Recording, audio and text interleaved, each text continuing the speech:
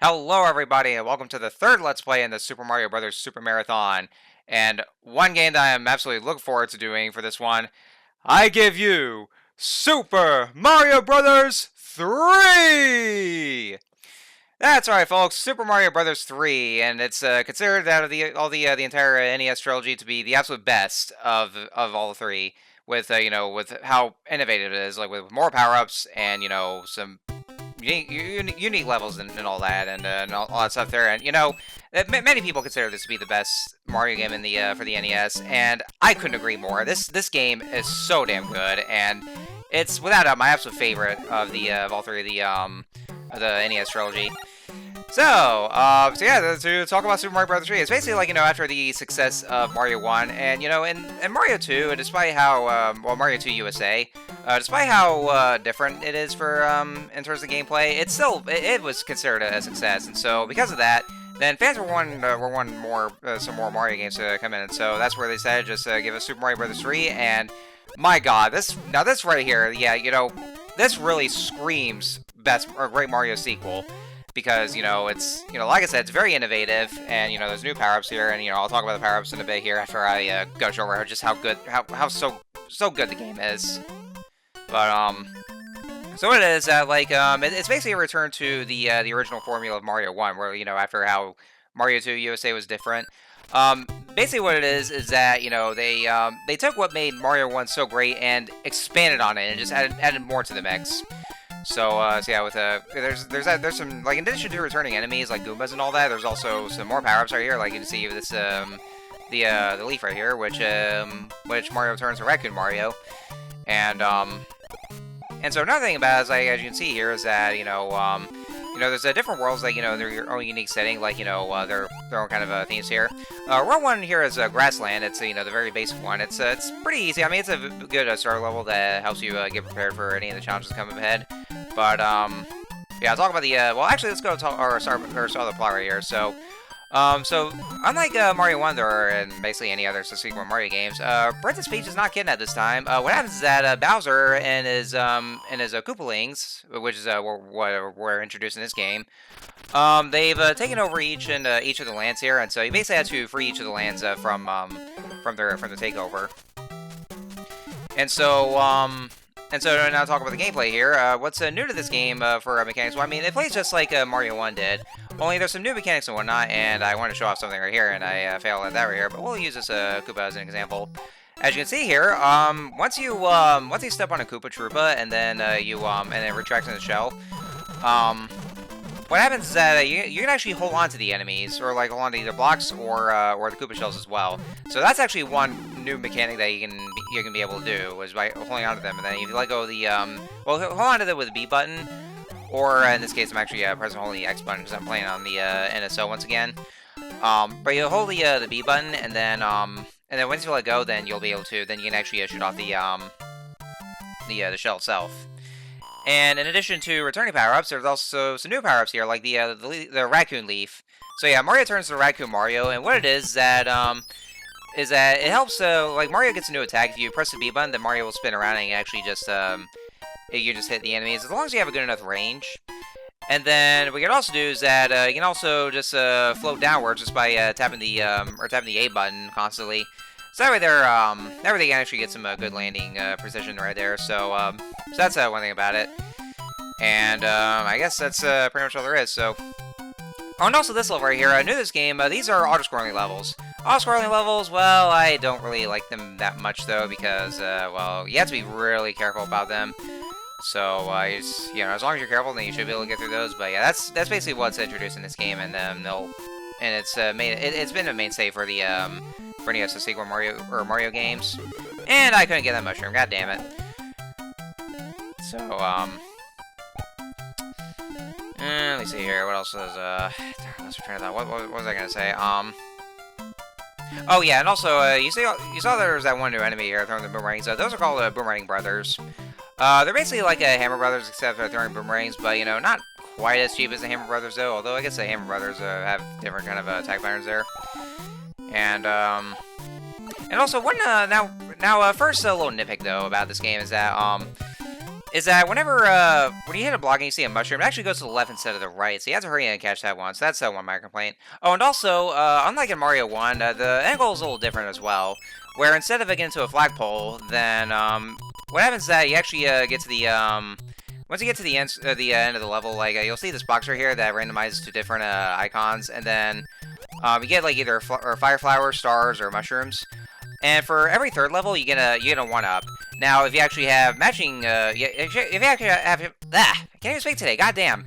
If you have matching tiles there, you actually get some a different set of 1-ups. So depending on what kind of item it is. So like for stars, you get then you get like a 5-up. And that was a little slot reel minigame that I just did right there, which I actually got the full set right there, the full item right there. So that was that's nice at least.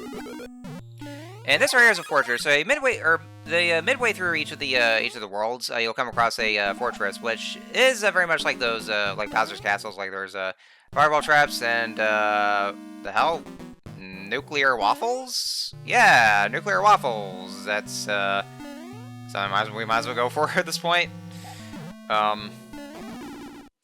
And so now one thing to keep in mind, folks, is that whenever you get a game over, now granted you actually do have to start. Well, since I'm in World 1, then you'll have to start from the beginning. I think if you're in the next world, you have to start from the beginning of the world, or well, I mean, as long as you have continues, or you might have to start all over again. I can't exactly remember. I mean, they might change something like that here in this game. And then, so now we get to the end of the fortress here. Now, this here is a mini boss, something that's also new to the Mario series. This here is Boom Boom. And you'll basically encounter him like at the very end of each fortress, and they're always going to be the same ones. And Boom Boom is very easy though, because like all you have to do is just step on him 3 times, and then each time you do so, then he'll just shield himself with his spikes or his spiky shell, which you just have to avoid. But after getting 3 hits, then he'll just give up this question mark orb that lets you proceed through each of the levels. And some more returning enemies like Buzzy Beetles and all that, and also Piranha Plants. And some other Piranha Plants will actually start breathing out fireballs and all that there. And this game kind of looks like a bit like a nice guy. Actually, this game really does look good on the NES. And also, there's some new tracks here. And one thing I gotta say, well, like one great thing about this mini sequel. Now, to talk about Lost Levels though, Lost Levels is basically like it's very much way too similar to Mario 1, only it's just a fuck ton more hard. Now for this one, it actually manages to look very different, and I mean, basically the same kind of gameplay, but it does look very innovative for this right here, and it's definitely an improvement over Mario 1 with some new mechanics introduced, and and they did bring back the returning enemies, like how in Mario 2 USA there was just some entirely new ones because they were like originally Doki Doki Panic enemies, but oh yeah, sometimes you'll come across this card right here on the map itself. And then this right here is it's a memory matching minigame, and so what you have to do is you have to flip the card over and make sure you get a match. You get 2 tries for this one though, and for and I think if you ever complete the memory match, then I think you get 1-ups or some items. Oh, speaking of items, one new thing that they add for this game here is that you actually have your own item inventory. So if you go to the world map and if you press the select button, then you look at your inventory for the items that you collected there. So there's like some items you'll get like mushrooms, power or some starmen, the leaves are more fire flowers and all that stuff, and for those ones, like especially for the more challenging levels, you want to keep those with you, and if you ever want to use those power-ups, you can actually immediately just get those power-ups.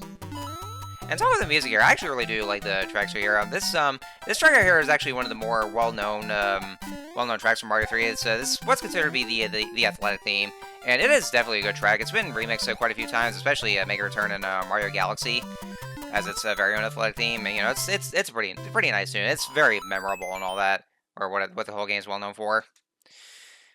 And it also, one kind of a great thing, actually to talk about this right here. Now, sometimes you'll actually see Hammer Brothers over in the world maps, and whenever you run into them, you'll actually come face to face with the Hammer Brother itself. And so you actually have to defeat the Hammer Brother to get this item from the chest right here.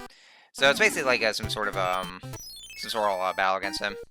And yeah, this is actually those houses where you can get some items from those treasure chests. Could be random, but it could also be some rare items. And I got another mushroom right here. And also one thing that they fixed in Mario 1 for one thing is that unlike Mario 1, you actually can go back to, or go reverse into each of the levels, and also, if you ever get hit, you just go back to being Super Mario instead of being reverted all the way to Small Mario. You can also just be able to get the, or to use the power-ups instantaneously. Like, you know, if you're Small Mario, you get the Fire Flower, then you'll just go to being a Fire Mario. So that's one great thing about it. So, anyway, so here we are at the castle, or basically the main castle for the land itself. You can see here that apparently the Koopaling that invaded the castle has transformed the king into any kind of random enemy. So in this case, we have a dog, and it's a dog wearing a crown. And so what we have to do is that they basically stole the magic rod, and so in order to change the king back to his old self, we had to reclaim the magic rod from the Koopaling itself. And so for each of the castle, you'll be going across these airship levels. And airship levels, they are a little more dangerous. They're all auto-scoring levels, and they're riddled with cannonballs and bullet bills that you want to watch out for, and they'll come right over to you as well. I gotta say that I really do enjoy the music that plays here, especially Mario Galaxy. It's way more tense, but you know the airship themes I've always enjoyed. Anyway, here, so this is one of the Koopalings here. This is Larry Koopa, and the Koopalings themselves are very easy though. The only thing that Larry ever does is use that magic rod to just shoot those rings already you. But other than that though, they're very easy. Just get the 3 hits and then you know that's all there is, and then you're done. Then you get the magic rod back.